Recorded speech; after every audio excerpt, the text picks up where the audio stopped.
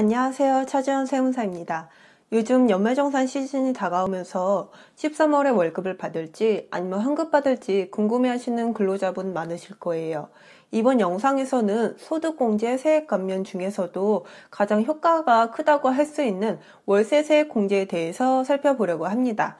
세 단계에 걸쳐서 설명을 할 건데 대상 요건, 신청 방법, 경정 청구에 대해서 살펴볼게요. 이 첫 번째, 신청 대상 요건에 대해서 살펴보자면은 일단 4가지 요건을 모두 충족해 주셔야 돼요. 첫 번째로는 12월 31일 기준으로 무주택 세대주이어야 하고, 두 번째, 2020년 총 급여가 7천만 원 이하이셔야 됩니다. 하지만 근로소득 이외에 기타 혹은 사업소득 등이 있으셔서 5월달 종합소득세 신고를 하시는 경우에는 종합소득 금액이 6천만 원 이하로 신고가 되어 주셔야 돼요.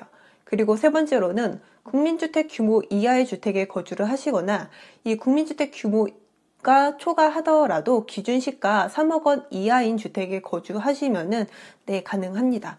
여기서 국민주택 규모 이하라고 하는 거는 수도권 기준으로 85제곱미터 이하인데 이게 평수로 따지면은 한 25평 정도 되세요. 그리고 네 번째로는 12월 31일까지 전입신고를 해 주셔야 한다는 점이에요.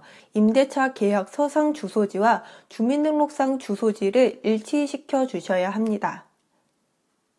이렇게 4가지 요건을 모두 충족하면 2020년에 납부한 월세액 750만 원을 한도로 총 급여가 5,500만 원 이하인 자들은 12%를 적용받고 그보다 조금 더 높은 5,500에서 7천만 원 근로자라고 하면은 10%를 적용해서 최대 90만 원까지 감면을 받을 수 있습니다. 이렇게 4가지 요건을 모두 충족하면은 회사에 관련 서류를 제출하셔서 신청을 하시는 거예요. 이거는 연말정산 간소화 자료에도 조회가 되지 않기 때문에 직접 제출해 주셔야 합니다. 3가지가 있는데 그 첫 번째로는 주민등록 등본, 그리고 임대차 계약서 사본, 그리고 마지막으로는 임대인에게 월세를 납부했다는 지급 서류만 제출해 주시면 되세요. 신청 방법까지 살펴봤는데요. 그 다음으로는 경정 청구에 대해서 알아보려고 해요. 이 경정 청구라는 거 어떤 걸까요? 경정 청구? 예를 들자면은 2020년 월세 세액 공제 받는 건 이번 연도에 받는 거고, 하지만 내가 과거 5개년도에 월세 세액 공제 대상자였지만 미처 인식하지 못하고 관련 서류를 제출하지도 못하고 그냥 지나갔다는 점이에요.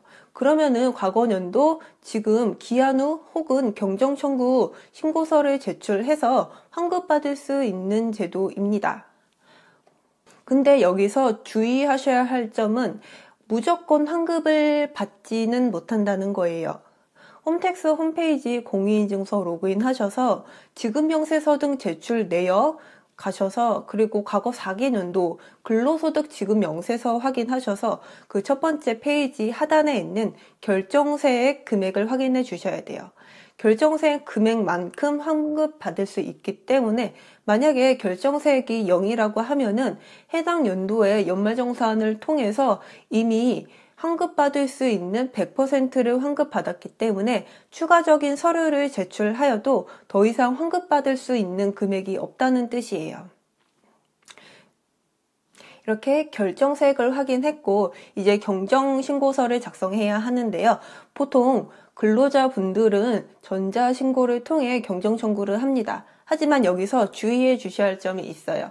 그 과거 연도에 연말정산만 진행했고 종합소득세 신고를 따로 하지 않았다라고 하면은 기한 후 신고 탭을 클릭하셔서 신고서를 작성해 주시고, 그리고 해당 연도에 연말정산도 하고 종합소득세 신고도 따로 진행하셔서 제출하셨다고 하면은 이 경우에는 경정청구 탭을 클릭하셔서 신고를 해 주셔야 됩니다. 네, 오늘 영상은 여기까지고요.